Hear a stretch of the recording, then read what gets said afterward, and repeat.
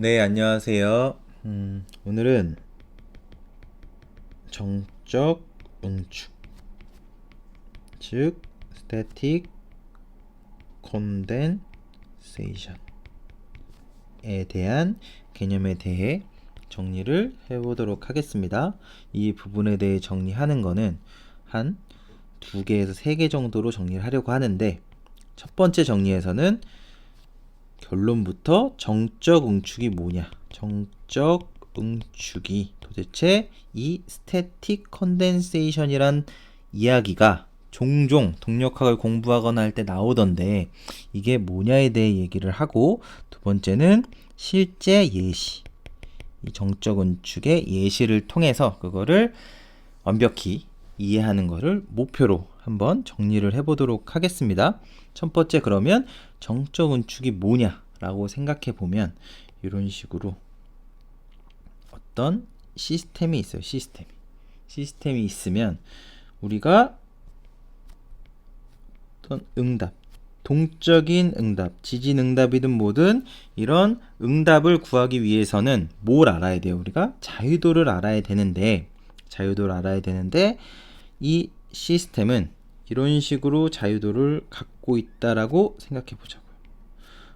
물론 노드마다 수직 방향도 있을 수 있겠죠. 당연히 3개의 2차원에서는 3개의 자유도를 가질 텐데, 수직에 대한 이 자유도는 크게 중요하지 지진응답에서 않다라고 생각하고, 물론 사용성, 이런 진동이나 이런 거에 대해서는 수직 진동도 중요할 수 있지만 우리가 다루는 지진응답이나 이런 거 할 때는 일반적으로 이 수직 방향에 대한 자유도는 크게 고려하지 않죠. 그래서 일단 무시하고, 그리고 이 상부층 2층에 있는 요 녀석들의 실제로 X방향 자유도는 따로 있지만 우리는 어떤 걸 알아요?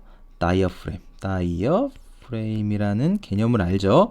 즉 실제로 요 녀석들은 다 뭐로 엮여 있어요? 슬랩으로 엮여 있죠. 슬랩으로. 이런 식으로.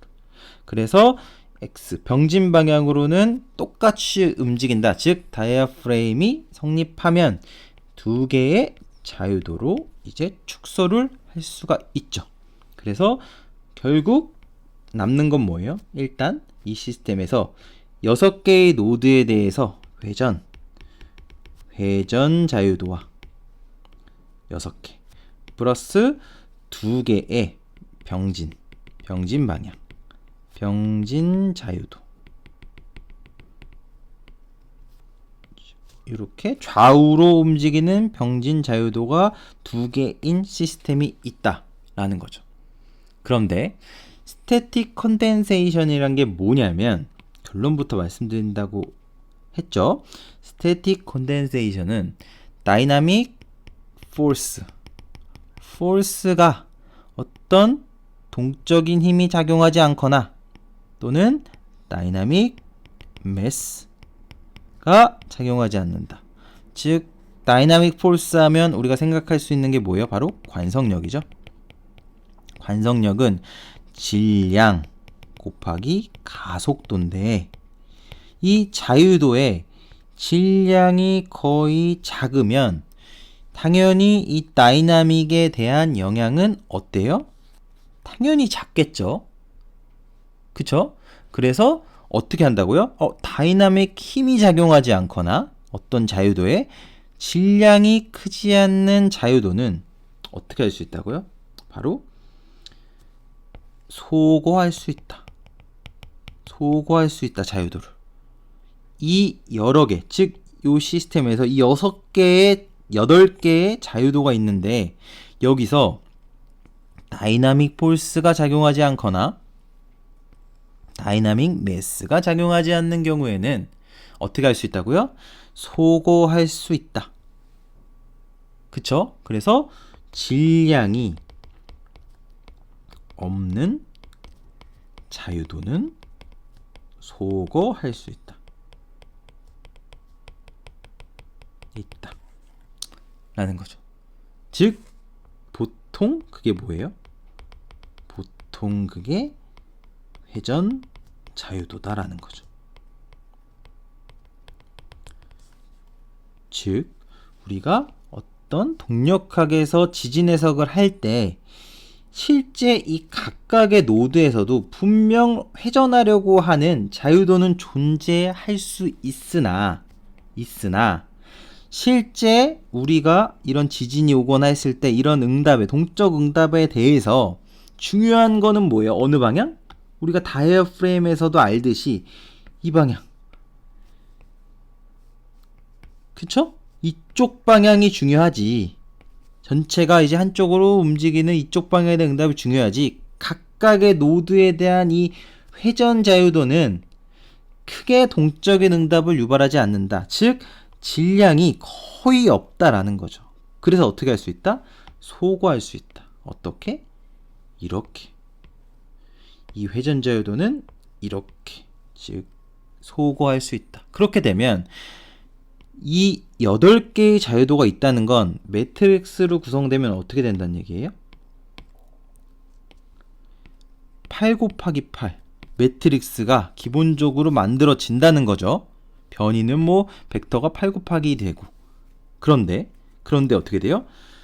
질량이 별로 참여하지 않는, 동적인 응답에 크게 기여하지 않는 이 회전 자유도를 내가 어떻게 할 수 있어요? 콘덴스 아웃. 즉 정적 응축 스태틱 콘덴세이션으로 의해서 이 6개의 자유도를 없앨 수 있으니 이 자유도 8x8 매트릭스가 몇 바이 몇으로 바뀌어요? 2 곱하기 2. 뭐만 남았죠? 즉 이 병진 방향만, 병진 자유도만 있는 걸로 단을 줄일 수 있다. 응축시킬 수 있다. 라는 게 바로 뭐예요? 스태틱 콘덴세이션의 핵심 개념이라고요. 그죠? 그러면 운동 방정식을 세울 때도 훨씬 어떻게 돼요? 간단해지는 거죠. 처음에 우리가 수직 자유도만 없애도, 처음에 수직 자유도 뭐 크게 고려되지 않으니까 있었다라고 해도 어떻게 돼요? 3 곱하기 노드 6개니까 총 18개 있다가 그 다음에 수직 자유도는 지진응답에서 크게 중요하지 않으니까 어떻게 됐죠? 이제 6개는 빼고 12개에서 어떻게 더 줄였죠? 우리가 다이어프레임 개념을 이용해서 층에 한 층씩은 똑같이 좌우로 움직인다라고 해서 8개로 줄였고, 즉 8개는 어떻게 돼요? 회전 자유도 6개와 병진 방향, 우리 다이어프레임 있는 2개로 여기까지 줄였는데 이마저도 어떻게 줄일 수 있다고요? 회전에 대해서는 지진에 대해서 크게 기여를 안 하니 소거할 수 있다. 그래서 우리는 운동방정식 8 곱하기 8을 다룰 운동방정식을 2개, 2 곱하기 2로 굉장히 응축시켜서 풀어도 이 전체 동적인 응답에는 크게 오차가 발생하지 않는다라는 거죠. 즉 회전에 대해서는 절점에 대한 모멘트는 절점에 대한 이 회전에 대한 어떤 모멘트는 지진 응답에 기여하는 게 크지 않다. 그래서 얘네들을 콘덴스 아웃 시킬 수 있구나. 그래서 결국 중요한 건 최종적으로는 뭐만 남는다? 우리가 구조 해석에서 알게 되는 바로 요런 것만 남는다는 거죠. 질량 2개의 요 좌우로 되는 요런 것처럼 자유도가 2개로 줄어 버리는 거죠. 그쵸? 그래서 이번 정리로 알아둘 거는 우리가 다이아프레임을 어떤 습관적으로 이렇게 쭉 잡아서 이제 하기도 하지만 실질적으로는 각각의 노드에 대해서 자유도가 없는 건 아니다. 그런데 우리가 해석적으로 이 녀석들을 풀 때 회전에 대해서 이런 자유도들은 질량이 참여하는 질량이 크지 않아서 컨덴스 아웃을 시킬 수 있구나. 그래서 우리가 해석적으로 이렇게 간단하게 층당 하나의 자유도로 구조 해석을 풀 수도 있겠구나. 어떻게? 큰 오차 없이. 그거를 이해하는 개념 중 하나가 뭐다? 바로 스태틱 콘덴세이션이란 개념이다 라는 거죠. 그쵸? 아시겠죠? 그래서 요약하면 스태틱 콘덴세이션, 즉 정적 운축이 뭐냐 라고 하면 실질적으로 어떤 노드에 있는 자유도, 여러 개의 자유도를 다이어프램이라던가 플러스 회전에 대해서는 기여하는, 동적 응답에 기여하는 게 자유도가 크지 않지. 그래서 나는 이 녀석들을 응축시킬 수 있어. 그렇게 해서 최종적으로 병진 방향만 남길 수 있지. 라고 하는 게 바로 스태틱 컨덴세이션의 개념의 핵심이고, 다음 정리에서는 뭘 할 거예요? 예시를 통해서 이렇게 여러 개의 자유도가 있는 거를 바로 축소시켜서, 즉 컨덴세이션, 즉 응축시켜서 굉장히 간편한 자유도, 즉 몇 개의 병진 자유도만으로 구성되는 운동 방정식을 구해보는 거를 해볼 거다라는 거죠. 하지만 이거는 예시로 좀 더 이해를 잘하기 위해 하는 거고, 실제적으로 정적 운축이 이런 거구나를 이해하는 게 훨씬 더 이제 우리가 실물학원 할 때 더 중요할 수 있겠죠.